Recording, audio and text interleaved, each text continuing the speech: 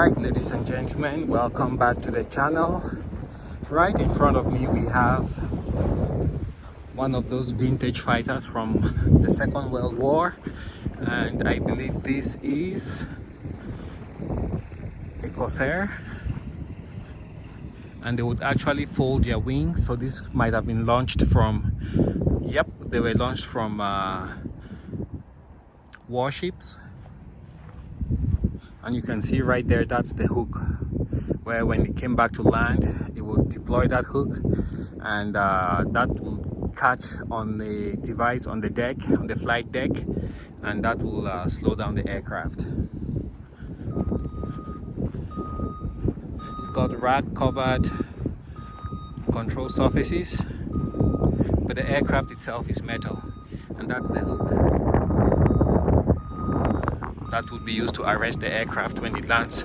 It touches the ground on the flight deck. You can see an interesting hole cut out there for the step, right there, and then from there you climb all the way to the top.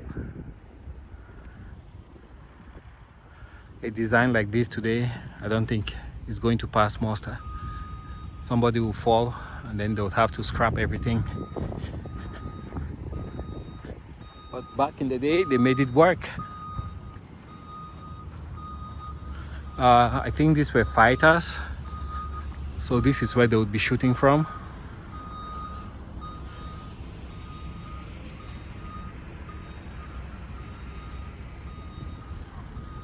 And one of the announcers was saying that initially they would take young guys who had no flight experience, throw them in one of these and try to train them.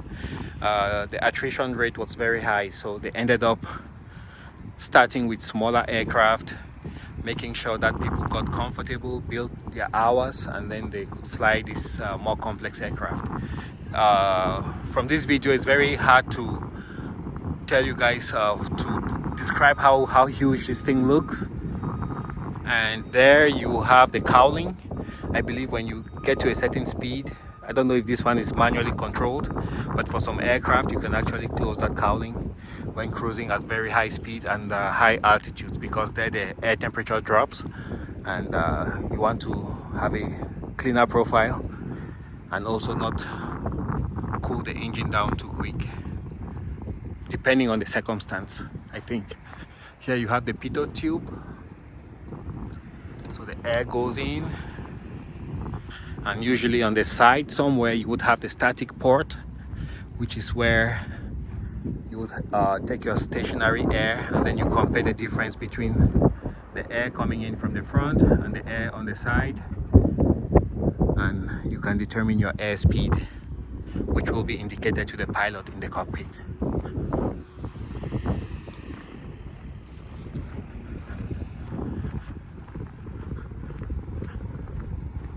Aircraft are gone.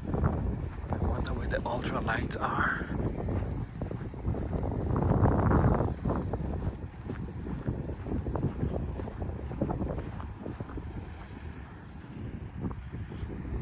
Alright, that's what we have around here for now. I will do a cut, and then when we get to another area with something interesting, I will start filming once more. Thanks for joining me.